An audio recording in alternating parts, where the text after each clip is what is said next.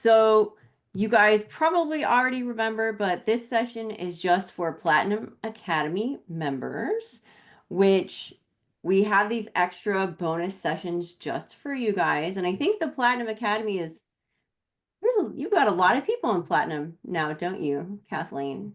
We do. And then when we add this one, this is going to be lucky number 16 for the recording. So that's awesome. Oh, well, that's exciting. Yes, we've been doing this for several years now. So you have 16 1 hour or slightly longer than 1 hour sessions that you can watch in your dashboard. And they include things like setting your intentions. We just did that one in January. We have reader retention, Kickstarter, smart marketing, podcasting, direct sales, newsletters, TikTok, on and on and on and on. We have so many good sessions. You could basically spend, now it would take you a long weekend to watch everything, but you can catch up there and mark your calendar for July 9th at 2 p.m. Eastern. We're going to have another amazing workshop about planning ahead for holiday sales. Christmas in July. Woo!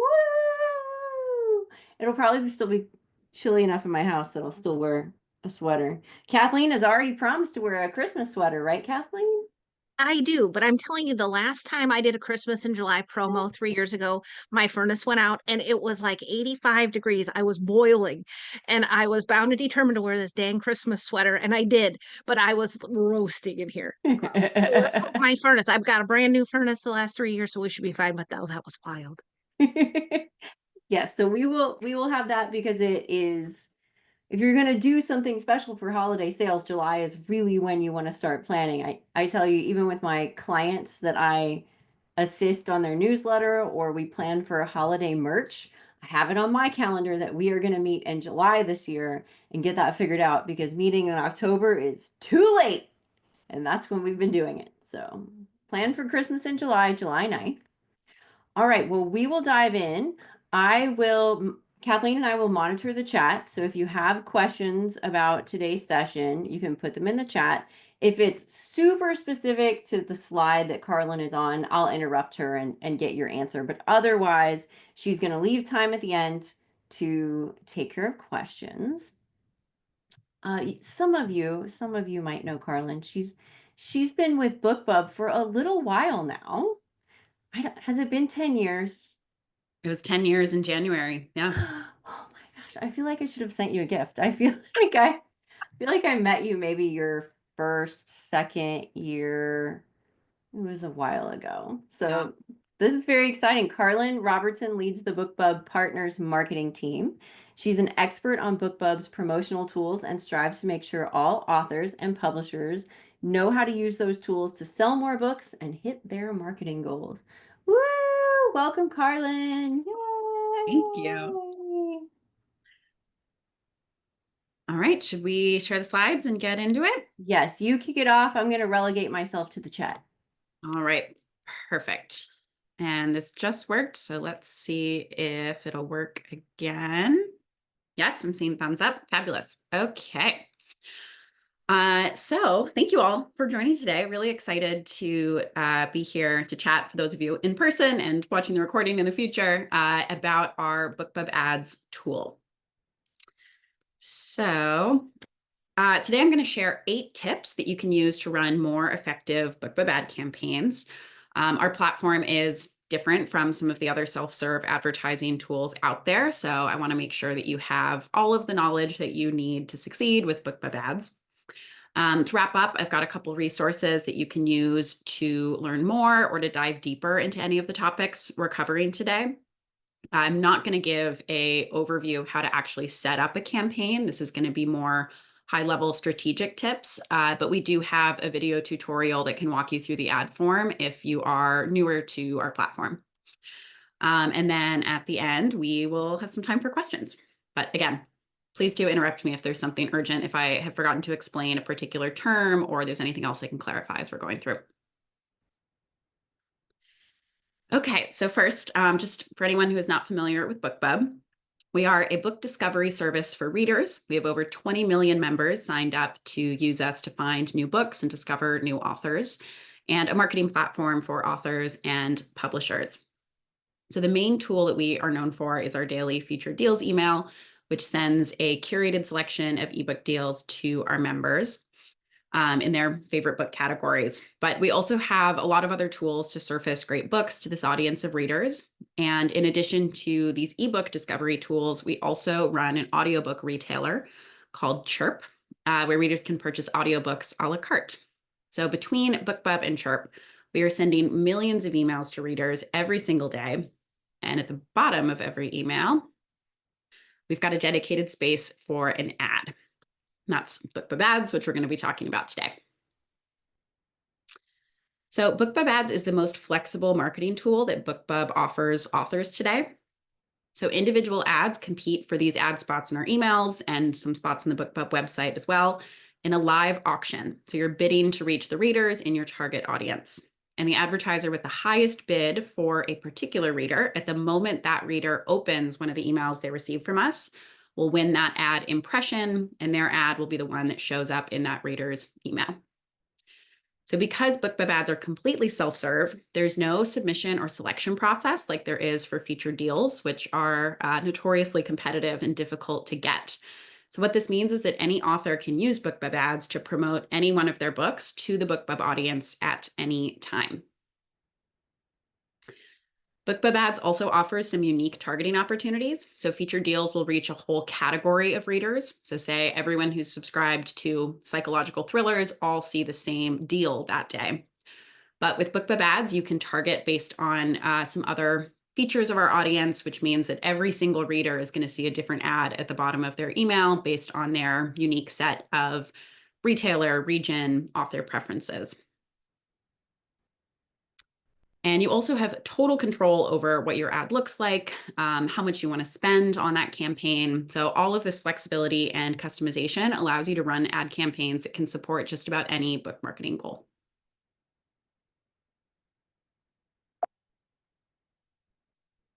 Okay, so let's dive into the tips. Tip number one is to understand this audience that you're reaching on BookBub when you set up your campaigns. So there are other advertising platforms that authors are using, but the thing that really sets BookBub ads apart, one is the fact that we serve ads via email typically instead of on a website. But the second is the audience that you can reach on our platform. And understanding the preferences of that audience is a really important part of creating successful ad campaigns. So BookBub readers are here to discover books. So every day when they open their email, that is what they are trying to do.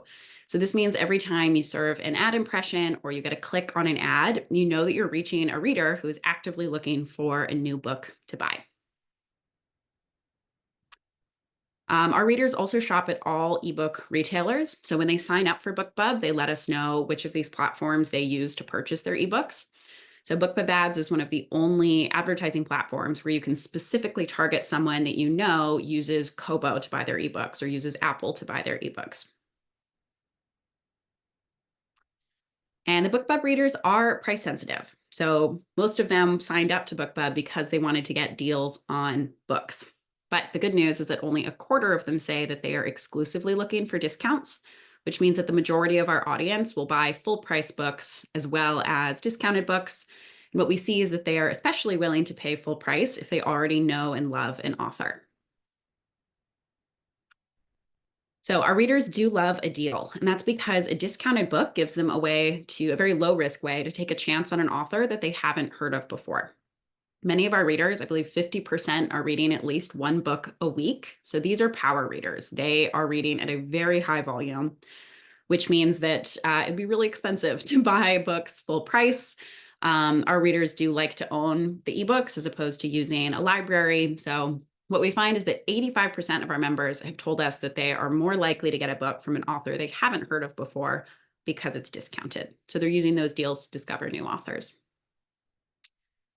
But once they find an author they like, they're highly likely to become a loyal fan. So 77% of our members told us that they've purchased more books from an author that they originally discovered on BookBub through a discount. And they're also willing to pay more for books from authors they already know they like. 78% said they would be more likely to pay $5 or more for an ebook if it's by an author that they already love. This is all going to be important context for the next tip, which is to choose the right book to promote with BookBub Ads. So given the habits of our audience, it is really important to keep in mind that the price of the book you choose to promote is going to have a really big impact on the engagement you can expect with that ad. So your existing fan base, readers who have already read one of your books, they're familiar with your work, are going to be most likely to purchase a higher priced book, like a new release. Whereas readers who maybe haven't heard of you before will be more likely to take a chance on a low priced book. This is not to say that new to you readers won't buy full price. We are selling tens of thousands of full priced pre-orders and new releases every single month on BookBub. But it is just important to keep these habits in mind when you're deciding which book to promote and what strategy you're going to use to target BookBub readers with that book. So of course, any free or discounted book is going to be a really great choice for BookBub Ads, particularly if you want to expand your audience and engage new readers. A first in series book is also a great choice here, especially if that first book is available for free or permanently priced at 99 cents or $1.99. That can be a really great option. And then box sets or sales across multiple books in a series can also be another way to offer really great value to readers. And box sets in particular, even if it's priced higher, if the reader is getting many books for that higher price, can still be really engaging. And then, of course, new releases are typically a time when you might be wanting to invest more in your marketing to get attention to that new book or grow your audience by introducing new readers to your work. So that's a strategy we see a lot as well.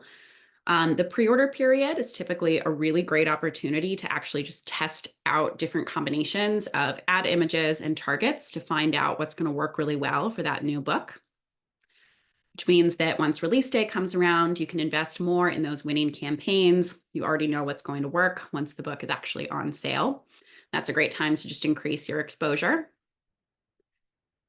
And I always like to remind authors that sometimes the best way to increase sales of a new release, which is usually going to be full price, is actually to promote a different book and then use that, say, discounted book that's related to the new book to drive follow-on sales.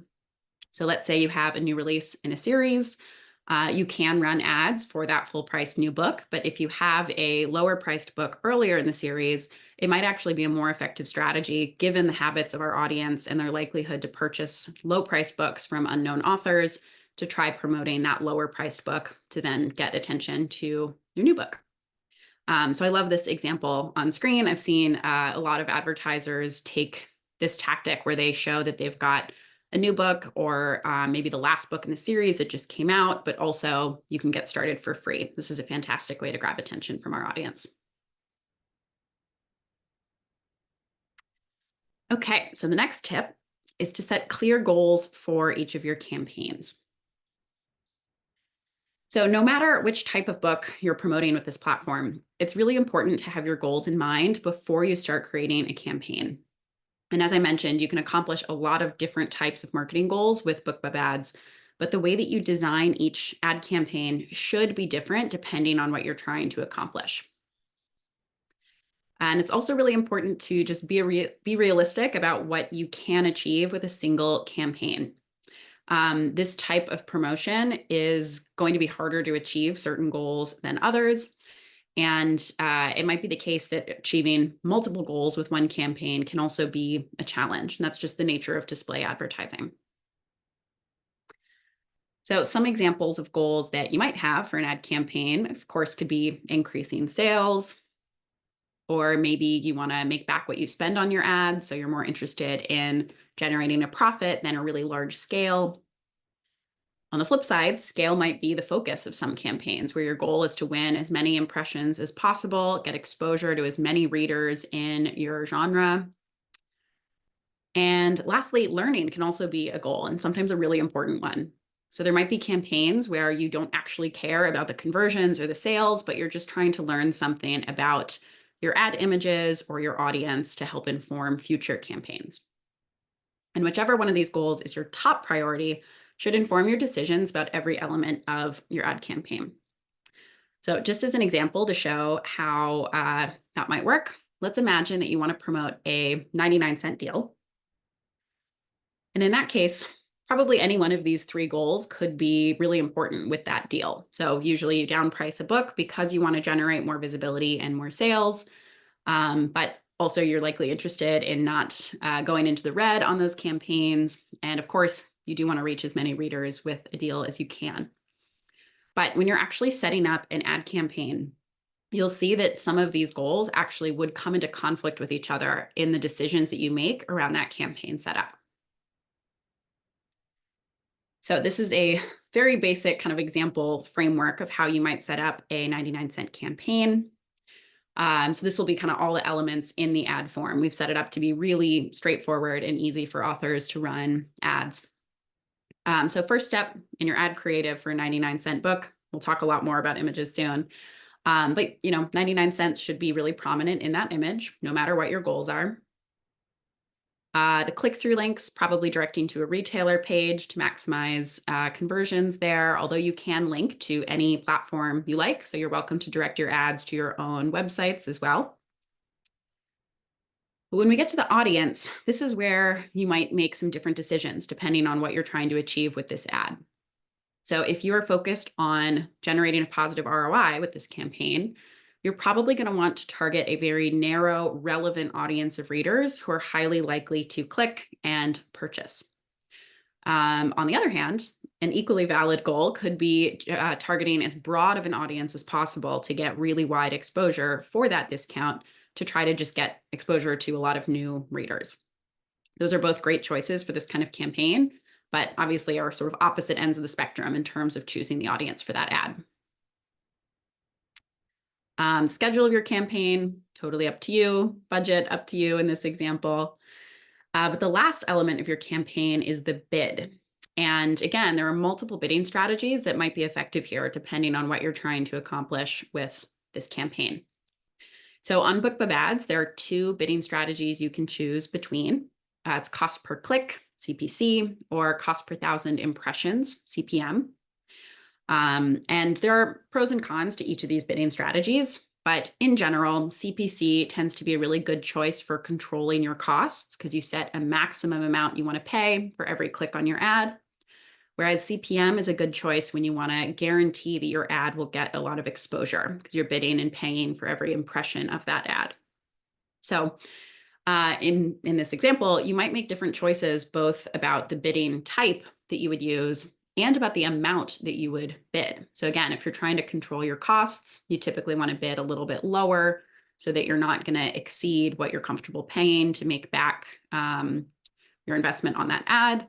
Whereas if your goal is to get a lot of exposure and win a lot of impressions, you'd probably want to bid a little bit higher so your ad is really competitive in that auction. So the bid is kind of the lever that determines how competitive that ad is relative to all the other ads trying to reach the same readers.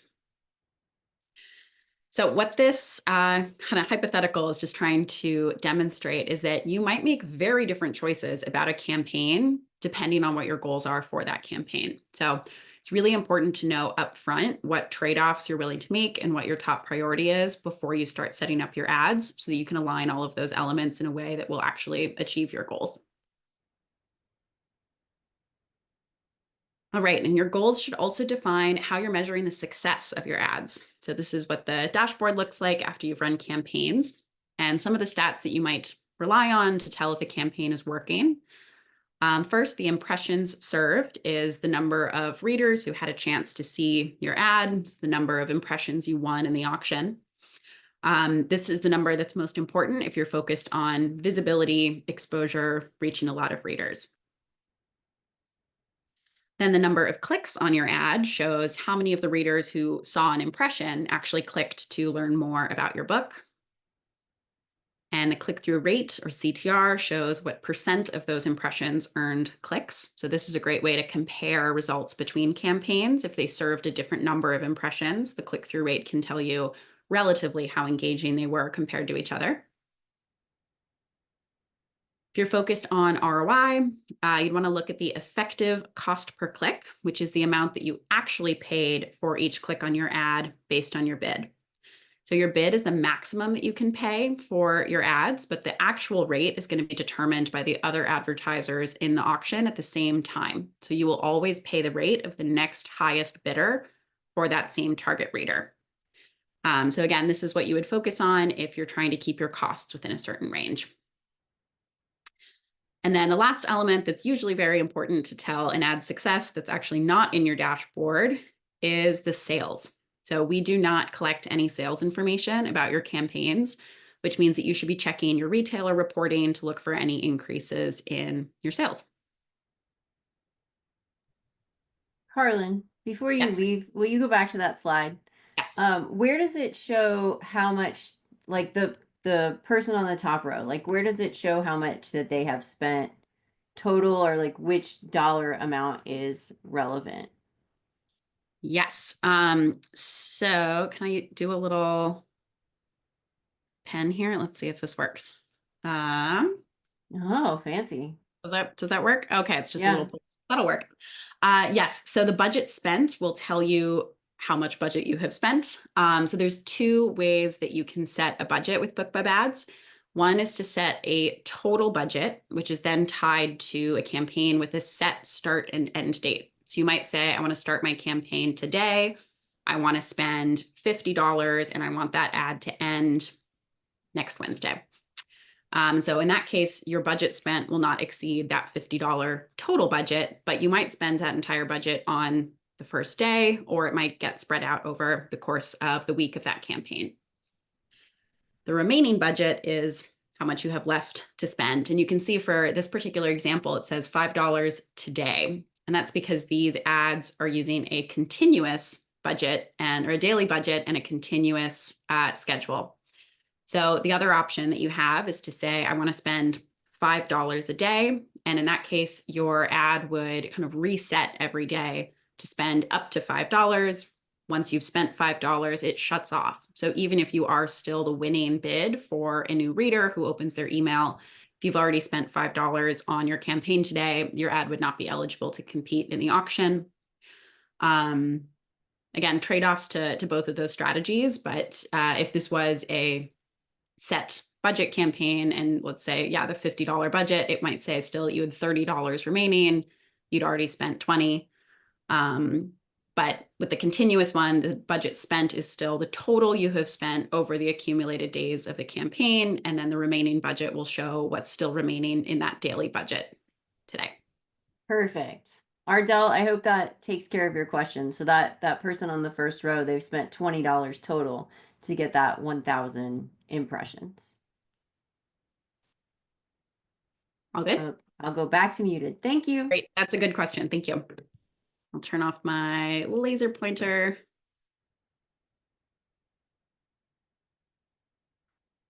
Okay, great. All right, so tip number 4 is take the time to test.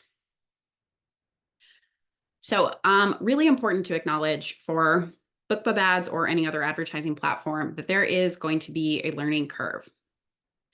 And testing is just a really critical part of advertising because you can customize every element of those campaigns. There's going to be a lot of trial and error to figure out what actually works for your particular books.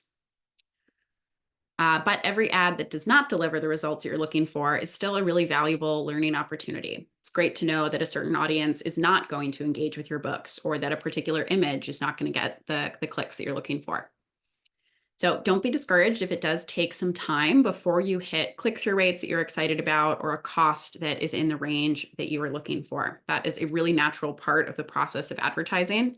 I would be deeply impressed if someone came onto the platform on the first day, created one ad, and it just knocks it out of the park on every stat. I mean, they would have an incredible awareness of their own books in that case. But it usually takes a little bit of trial and error to get there. And running tests and actually comparing the results of different campaigns is really the only way to find out what's actually going to work for your particular books. So how do you set up test campaigns with BookBub Ads? These are really just regular ad campaigns, but the goal of these campaigns is to compare the impact of specific changes on one particular element of the ad on your campaign results. So what we recommend is you're going to create multiple ads to run at one time. You want to try to eliminate as many variables as possible. So we do recommend that the ads run at the same time. And then you're going to change just one element that you want to test. So it might be the image or the targeting, but the point is you only want to do one thing that's different so you can isolate which change actually made the impact on the ultimate ad results. I strongly encourage you to start with really low budgets here. So $5 or $10 is going to be enough in most cases to start to get results or to figure out that you're not going to get the results that you want. So you can always add more budget to a campaign later on, but really want to urge you not to burn through your whole budget on a test campaign. So these ads running at the same time, you're also going to want to set identical bids, and that will ensure that our auction serves them randomly to your target audience. And you can never increase your own bid. So if you have two ads with the same bid, we'll still charge you the rate of the next highest bidder. That's not yourself, basically. And the higher your bid, the more likely you are to win impressions in the auction and the faster you'll get results. So we do recommend using a high bid for your test campaigns, even if it means that maybe your advertising costs are a little higher for these test ads. Right, and then you want to let them run until you've got enough impressions that you can draw reliable results from those campaigns. So 1,000 is definitely a safe bet. A couple hundred is usually going to be enough to give you a sense of how different ads are performing, but you just want to be careful not to draw conclusions from an ad that's only generated 50 or 100 impressions. You do want to give it a little bit more time before you decide that one is better than the other in that case. Once you've got enough data, you can then compare the results between your campaigns and repeat from there, depending on how you feel about those results. If you've got a version that you are excited about, you can always add budget to keep that one running, or you can continue to test if you want to keep improving your results further. This is really usually not a one-time process. I see a lot of advertisers who will set up dozens of test campaigns to isolate different variables before they land on a version that works. So be patient, keep trying different combinations, and hopefully you'll eventually get to results that you are really excited about that you can then invest in. Okay, so a couple examples of tests other advertisers have run. A lot of advertisers will spend time on their images, which of course you can design with BookBrush. And that's because there are infinite variations of different ad images that you could try. There are some standard elements that advertisers typically include, but the sky's the limit. You can put whatever you want in this advertising space. So with this set of tests, the advertiser tried 3 completely different image designs. And not too surprisingly, the one with the large deal price call out generated the highest CTR. The different image testing strategies to isolate just one part of the image to test. So this could be using different colors. In this case, the advertiser kept the copy the same, but swapped out the background images. And this version had the highest CTR of these options. Maybe you look at that and you say, of course, that's intuitive. But in a lot of cases, I think that you really can't know what readers are going to respond best to until you actually put these different ads in front of them. I know personally, I am always surprised to see which ads are getting highest click-through rates. And then ad copy is, of course, another element that can be really impactful on results. So in this case, between these two pieces of ad copy, the version that included a little bit more information about the actual plot of this book generated higher engagement in this case. The other element that advertisers spend a lot of time trying out is their targeting. So in this case, these 3 campaigns each targeted a different group of readers, but had the same image, the same bid, and the same budget. And you can see that one of these sets of targets generated much more engagement than the other 2. And again, you might not have known that without actually running these tests and seeing the results for yourself. Okay, and this last one brings us to tip number 5, which is targeting. This is one of the most important parts of creating a successful campaign. Does not matter how beautiful your image is if you are not reaching the right audience of readers.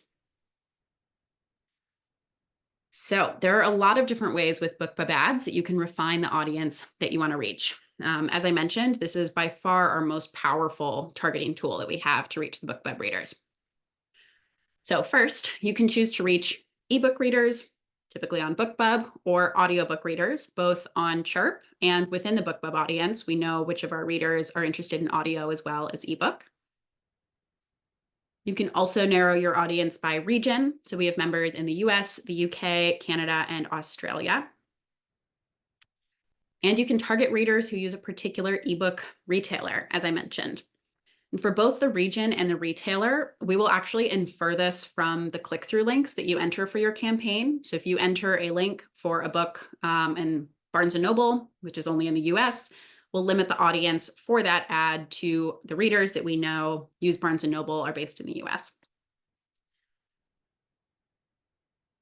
All right, and then you can also target by category interest. This is, again, the same as our featured deal targeting. So when readers sign up to BookBub, they let us know which genres they like to read. We have, I think, 42 different category options they can choose between. And then the last and most powerful option here is targeting by author interest. And I'll share a little bit more about that in a second. But all of this information is collected directly from our readers, either explicitly when they first sign up to BookBub or implicitly based on the books and the links that they engage with on our platform. And happy to answer questions about any of these, but the two that I'm really going to focus on today are category interest and author interest, because that is where I see a lot of advertisers making mistakes. So as I mentioned, targeting by category interest means that your ad could reach any reader who's subscribed to a particular category on BookBub. We do have a lot of distinct subgenres, but these are typically going to be very large audiences, hundreds of thousands of readers at a minimum. So you can also target fans based on their interest in a particular author. So this will include any reader who follows that author on BookBub or who has engaged with one of their books on our platform. So the most common way that we figure that out is the readers who have clicked on an author's featured deal.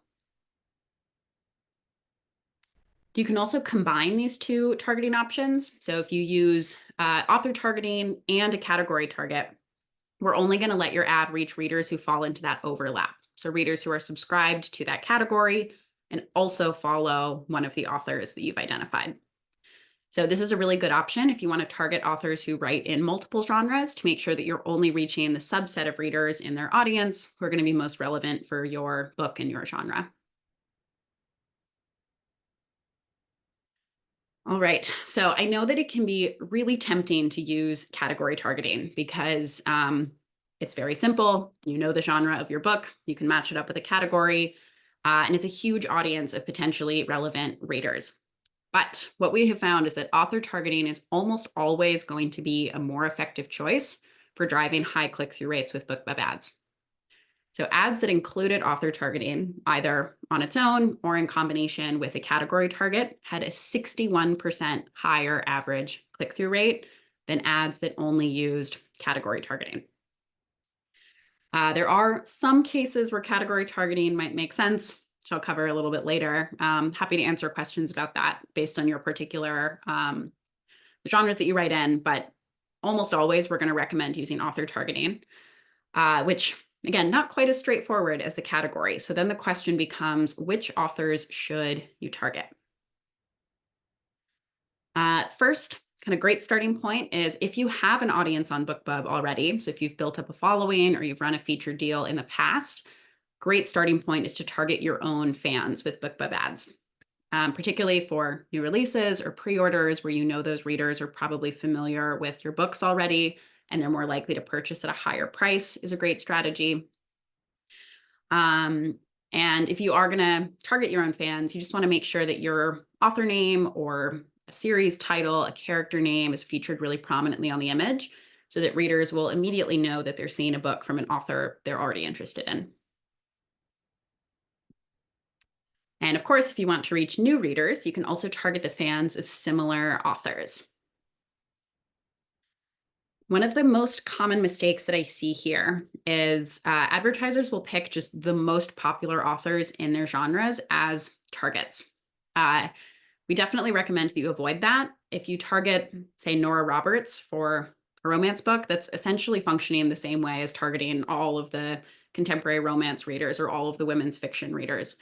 The most popular authors are just too big in a lot of cases, and their readers tend to be less engaged audiences for ads.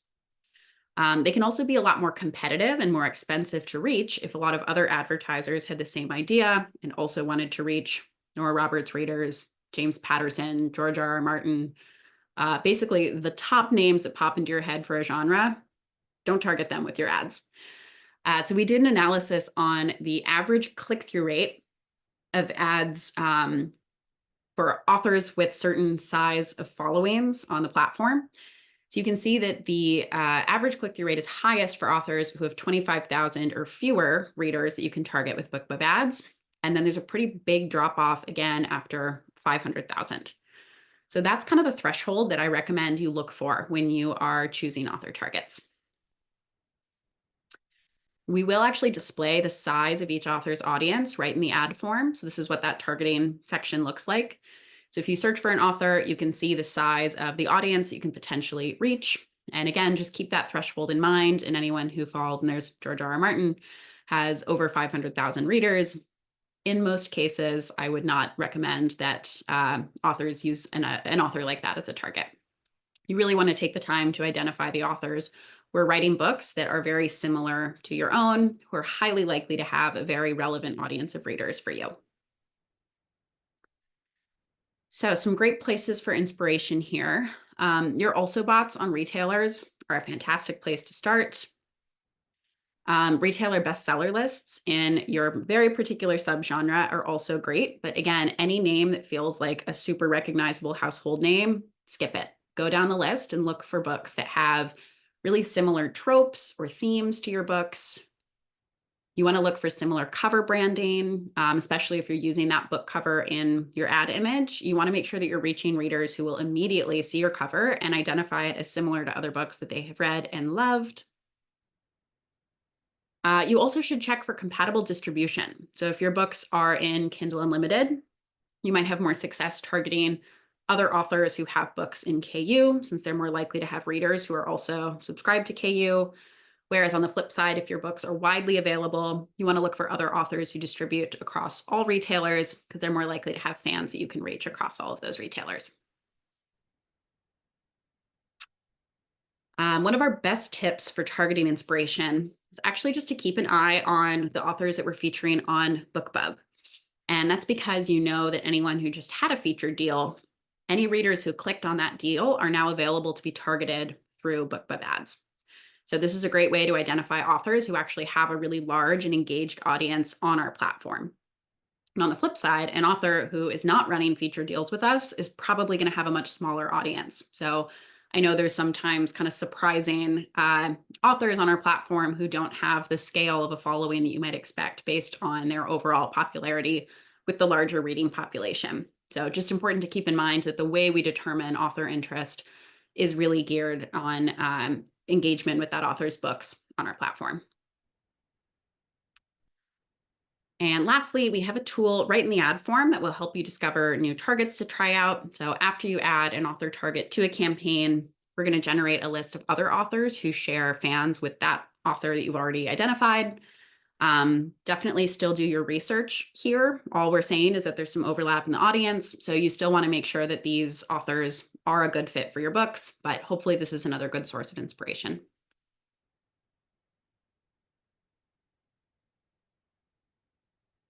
Okay, next tip is to include a strong hook in your ad image. So reaching the right audience is really important. Getting the right message in front of that audience is equally important. And that's because the ad image is all that a reader sees in their email. So they're scrolling through their BookBub email and they get to that ad image. They have no context about why you have targeted them, nothing else about your book beyond what is contained in that image. So your image needs to do all of the work to convince the right readers that they should learn more about your book and click on that ad. And there's a couple things that we know make for really effective hooks for the BookBub audience of readers. So first, unsurprisingly, based on who our readers are, a deal price is going to be a great way to get attention. So we did an analysis of over 1,000 ad images and ads that had, sorry, I'm looking ahead at the next one. I was like, that's not the right stat. So the free stat is ads that had the word free somewhere in the image, whether it was free full stop or free in Kindle Unlimited. Free is free, it turns out, had a 32% higher average click-through rate than ads that had a higher price.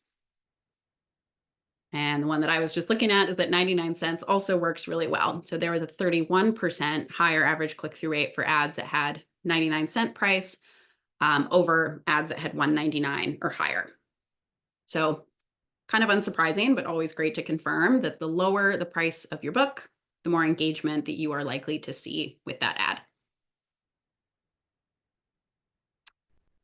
Right, another great hook is to highlight popular tropes. With the advent of book talk, tropes have become kind of a really popular way to talk about books now. And really, it's because it works. It's basically just shorthand for letting readers know what specific kind of story they can expect from your book, what emotions they might get out of it. So this is a couple examples of ads that highlight the tropes that readers might expect. This is most popular in romance in particular, but you can highlight tropes for fantasy novels. Every genre has something that readers can kind of immediately latch on to as like, oh, yes, I do. I love that about books when it has this particular element. Another great hook is to use a quote from another author or a publication, a review. So this is something that we've actually tested in our featured deal blurbs. And we found that our readers put a lot of trust in the authors they love to recommend books. So if you have a quote from another author, put that quote in your ad image and then try targeting that author's fan base on BookBub. And they'll see immediately like, oh yes, that's an author that I love. They recommended this book. I should check it out. Finally, the last tip that we see that works really well for BookBub readers is making comparisons. So either to another similar book, another author, maybe a popular movie or TV show. The one caveat here is you do want to be realistic with your comparisons. You might get a lot of clicks on an ad that makes a very lofty comparison, but ultimately, if you're trying to drive sales and hook new readers who are going to become long-term fans, you do want to just make sure that the promise that you're making in your ad copy will ultimately be met with that your book will meet their expectations with whatever that comparison is. All right, so here's another sampling of ads that all had high click-through rates. So you can see that a lot of ads will use a book cover, usually some sort of catchy text, and then a call to action button that says read now or buy now. This is all just one flat image, though. You don't need to do anything to actually get a button on there. It's just a visual aid to show to readers that they're supposed to click on it. So there's a ton of room here for creativity and variation. And we have a lot more examples on our blog, too, of really successful ad images across tons of different genres for different types of books. So I'll share some more link to get there at the end. Okay, tip number 7. I sort of cheated. I stuffed a ton of tips into this section, but basically want to encourage you to try to understand how to troubleshoot. So you should always still be using your own particular goals to decide which of these tips you should apply to your particular campaigns. As I mentioned earlier, knowing what you want your campaign to achieve is really important in understanding how it's not hitting the mark, if there's something that you want to change or improve. And then it's just a matter of making adjustments, testing out different campaign elements until you get to results that you're happy with. And calling back to, I think, tip number 4, but always make sure that you test out any changes before you increase your budgets here. And that way you're just going to confirm that whatever change you did make is actually going to have the results that you want before you start spending more. Okay, so the first step to ultimately driving sales with this tool is, of course, just getting your ad in front of readers. So what should you do if your ad is not winning impressions? This is a sign that it's not winning enough auctions to actually get in front of readers.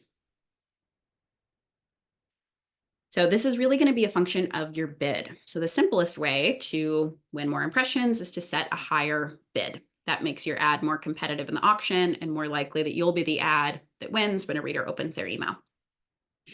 For CPM bidding, so cost per impression, this is really straightforward. A higher bid means your ad is more competitive. Full stop.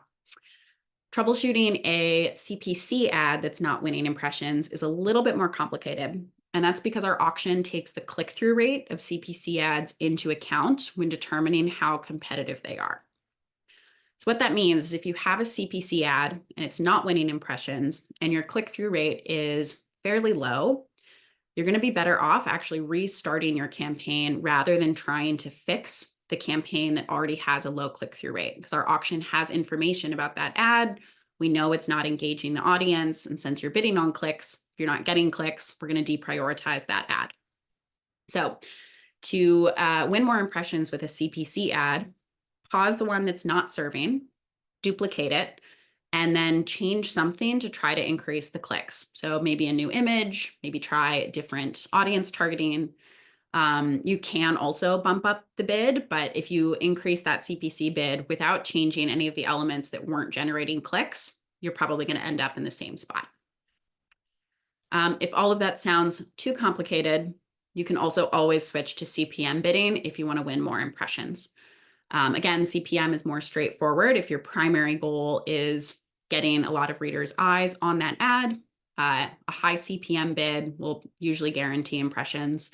The trade-off is that if you win a lot of impressions and you're still not getting clicks, you still paid for all of those impressions. So we've got a lot more information on our blog too about the trade-offs between these bidding styles, and I'm happy to answer more questions about it as well. Okay, if you're already using a high bid, let's say you switch to CPM, you're bidding a high amount, still not winning impressions, it might be that your audience is too competitive and that there are too many other advertisers with even higher bids who are trying to reach those readers. So again, remember to avoid targeting the most well-known authors. Instead, try to find more niche targets that are writing really similar content to your book. You can also try targeting less popular regions or retailers if your books are more widely available. We do find that the majority of ads are targeting Amazon US readers, since that is the largest segment of readers out there. So if you can switch to different regions and retailers, we often see that advertisers can win impressions in those different segments of our audience at lower rates.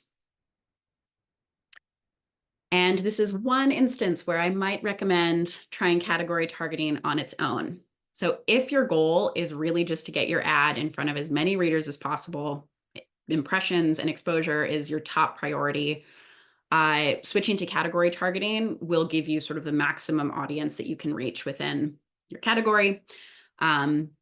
You should probably anticipate that you might get lower engagement in this case, but this is always an option. If you are just stuck with author targets and you can't get the scale that you're looking for, category targeting will always deliver pretty large scale. All right, next step down the funnel. So let's say your ad is now winning a lot of impressions, but it's not yet getting very many clicks. So engagement and clicks on your ad is all about finding that sweet spot between the audience that you're reaching and the message that you're showing them. So a low click-through rate could mean that either the audience, the image, or just the combination is not working. So the first step is to try to add one of those hooks that we talked about, something that's really going to appeal to the readers you're trying to reach. You can also try testing dramatically different layouts, background images, color schemes.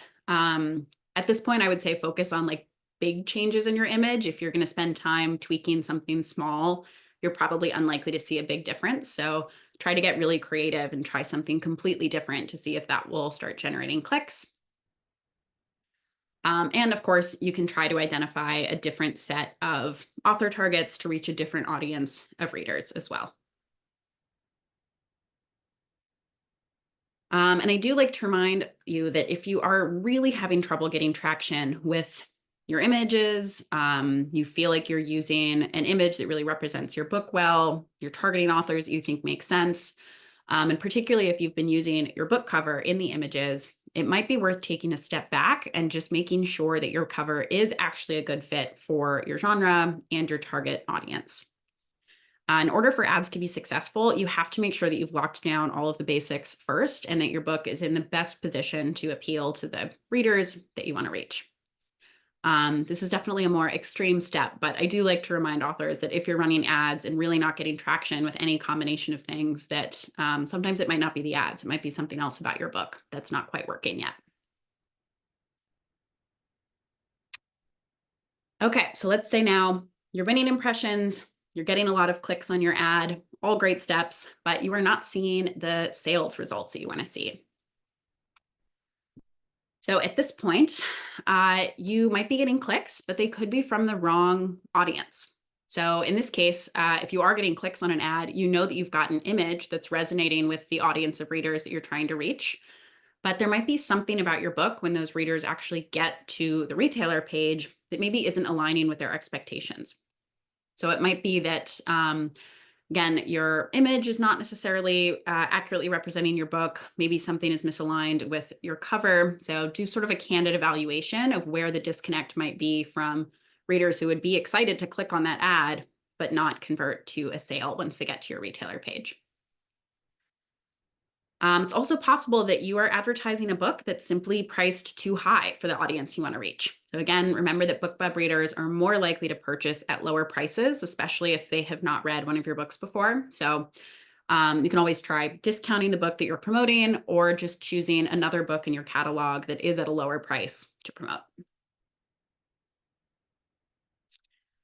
And lastly, it might be that there's something else on your retailer page that is turning them off. So do a candid evaluation here. Again, ask yourself if your book cover is well optimized for your genre. Is your book description really clear and engaging? Do you have a large number of positive reader reviews? These are all things that we know are important to the BookBub readers before they're going to be excited to make a purchase. So if your ads are getting a lot of clicks and they're not converting to sales, you might just need to invest some time in your book page before you invest more in advertising. Okay, what if everything else is working? You're getting clicks, you're getting sales, but it's just all a little bit too expensive. What steps can you take then? So the cost of your ad is dependent on your bid, since that sets the rate that you want to pay. So you can always lower your bid, and that will bring down the costs of your ads. But it can have the secondary effect of making your ad a little bit less competitive in the auction. So just remember that you might need to tweak some other elements of your campaign, whether it's your targeting to reach a more affordable audience, or maybe even just letting your campaign run longer so that you've got more time to reach more readers at that lower bid rate. And if you've been using a CPM bid, you can try switching to CPC. Again, cost per click bidding usually makes it easier to control how much you're spending on your ad, since you're only paying for the readers who clicked and not the impressions that you won that readers didn't actually engage with. Other than your bid, you can also try changing your targeting. So again, maybe identifying author targets that have less competition, where you can win impressions and clicks at a lower rate, or switching to less competitive regions or retailers if you can. And there's one last thing that you can try to troubleshoot your campaigns, which is our final tip, tip number 8, which is to take a break. So this is counterintuitive, but actually sometimes one of the best things that you can do to improve your ads is to pause them. So why would this make any sense? So first, our audience is finite. As much as I would love for the BookBub readership to have as many readers as Amazon or as many people on Facebook, we're not quite there yet. So particularly relative to some of those other advertising platforms, we do have a smaller audience. And in some ways that's by design. We really try to keep our readership and the members who are subscribed to be ones who are actually engaging with our emails. But what that means is that if you have been running an ad for a while, maybe a couple weeks or a couple months, and you're targeting a fairly small audience, it could just be that most of the readers in your target audience have already seen your ad. So you can always try a new image at that point to see if you can come up with a different image that will appeal and catch attention of a different subset of the readers in that audience. But sometimes just pausing a campaign for a bit, starting it up again a couple of weeks later, that can be enough to re-engage your audience and potentially hit new readers that we've gained in that audience as well. And another reason why pausing your campaigns can be beneficial is it allows you to wait out the competition. So if you have campaigns that have been performing really well and they suddenly stop, it might be that you're getting outbid by a new advertiser. So you could try raising your bid at that point or changing your audience to reach a different group of readers. But otherwise, your best bet is just to wait for that auction circumstances to change again. So unless you're promoting something really time sensitive, like a new release or a limited time discount, taking a break, pausing an ad, and then coming back in a couple weeks can actually sometimes be a really effective way to refresh your ad performance. Okay, right on time. And I'm sorry that we ran a little long here, but really quickly before I can stick around longer to answer questions, but some resources where you can learn more. First is we have a dedicated team of reps here at BookBub who are here to answer your questions. So if there's anything particular that you want to know about BookBub ads, if you want advice on your own campaigns, please reach out to our team. We are here to help you. So no question too big or too small. If there's anything that's tripping you up in the process of creating your ads, just reach out to us. And then I've mentioned our blog a couple times throughout. We have a whole section on BookBub ads where you can find a lot more examples of effective campaigns. We do case studies of other authors and strategies. Some authors have been really generous with what they're willing to share about their own advertising strategies. We've got breakdowns and more education about all the different pieces of the ad setup process. So if there's anything that I have talked about today that you're curious to learn more about, our blog is a really great starting point for that. Okay, questions? Yay! Amazing. I feel like, well, I know I took a bunch of notes. I feel like I could watch that at least one more time and pick up a bunch of things that I missed. And I thought I knew, a decent amount about BookBub ads. So this is very exciting for me. And I know it's going to be super helpful for everybody as they watch and rewatch. We do have a couple of questions. We won't keep you too long, but especially since they can email partners@bookbub.com at any time, which is super helpful. Okay, so I might have been leading Janet astray. Hopefully not. So her question is about what's considered the competitive bid. And my add-on question to her question, because I do know that when you're in the dashboard creating your ad, BookBub is going to tell you like what the range is. But my add-on question to her question is that customized to the audience that you've selected? Yes, great question. So first, correct, we do display in the ad form in the bidding section just a range of average winning bids. So that gives you sort of a low end and a high end where advertisers are successfully winning impressions. It is not tailored to your particular audience. So that is an overall average for the whole platform, every campaign that's running, which means that for certain audiences, you might need to bid even higher outside of that range, or you might have success winning impressions even lower than what we're displaying there. So it's meant to be some rough guidance, so you're not totally shooting in the dark, but it is not specific to, it doesn't update based on what you've selected for your audience targeting. Okay, and so that goes back to what you were talking about as far as testing and changing your bid. Really, part of it is going to be you narrowing in on what's working at the time, which is of course going to change based on who else is in the auction with you. So, okay. All right, that's good. At one point you mentioned that free is free, and apparently it doesn't matter if it's free in KU or just free.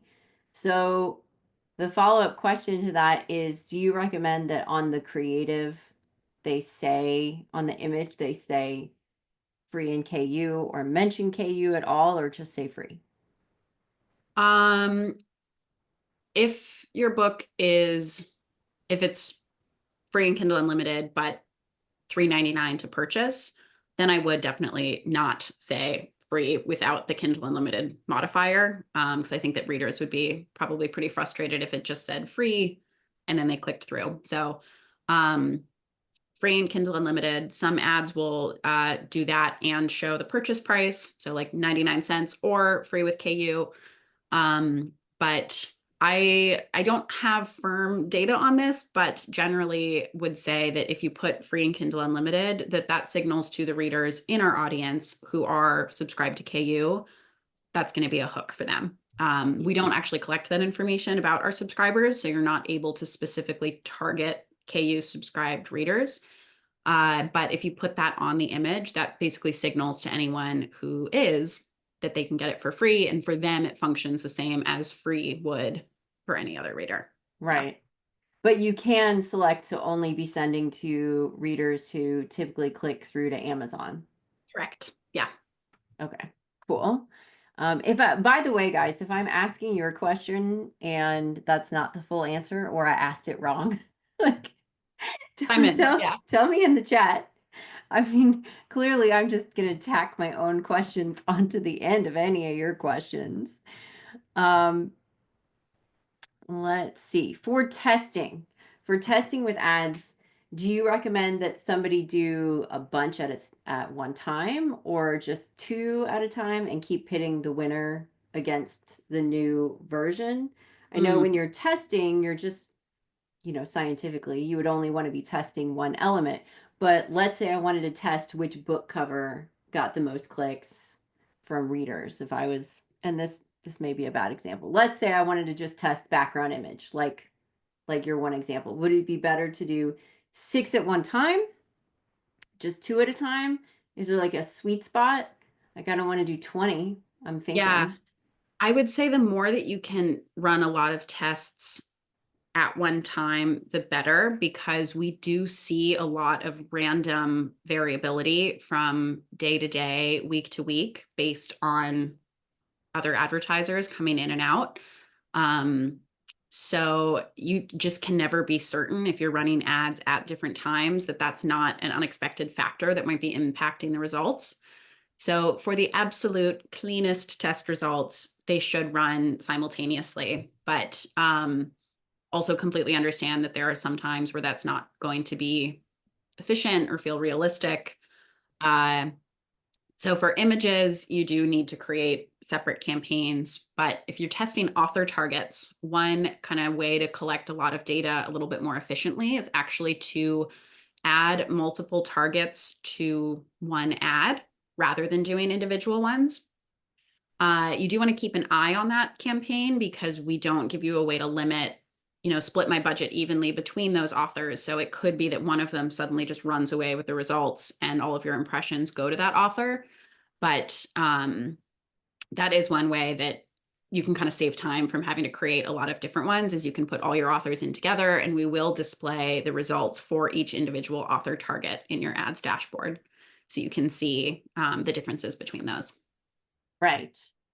Which it was very eye-opening to me when I realized that readers, when you're looking at the ads dashboard, is totally different from the followers number of the author on the front-facing end of BookBub. Yeah. They're often aligned, but sometimes you might be really surprised to see that someone who has a huge readership that you can target with ads is very different from their followers. Yeah. Yes, like for example, Brene Brown has 13,000 followers, but 64,000 readers. So, in case anybody was wondering about Brene Brown, somebody in the survey asked if they can use an Amazon attribution link to keep track of click-through conversions. Yes, you can. So we do not add our own conversion tracking to any of your ad links. So you're welcome to use whatever tracking tools or attribution tools you like. Just make sure you're complying with the terms of service of whichever particular program you're using, but you're welcome to add your own tracking onto all of those links. Excellent. All right. So did I miss anybody's question?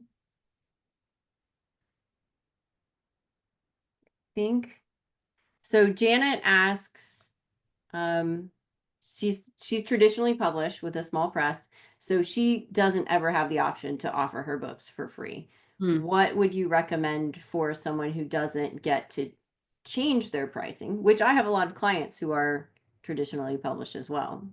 Yeah.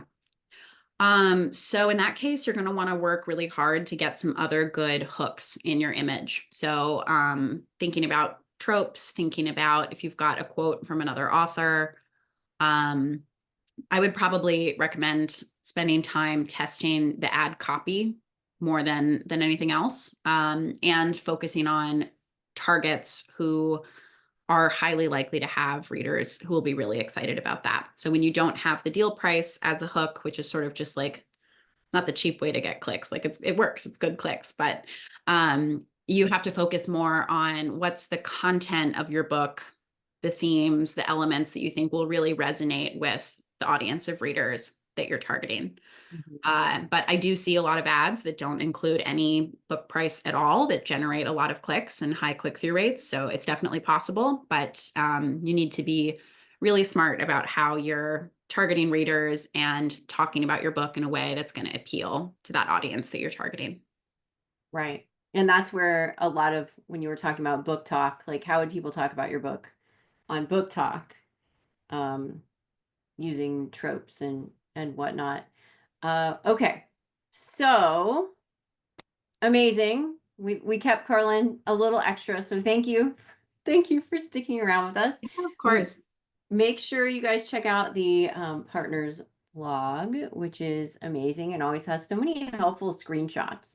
It's usually where I go if I don't know how to do something, or if somebody's asked me a question about BookBub, and I'm like, yeah, I know the answer to that.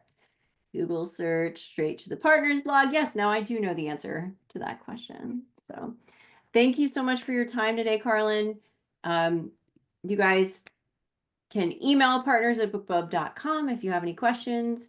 Kathleen will get the replay out soon.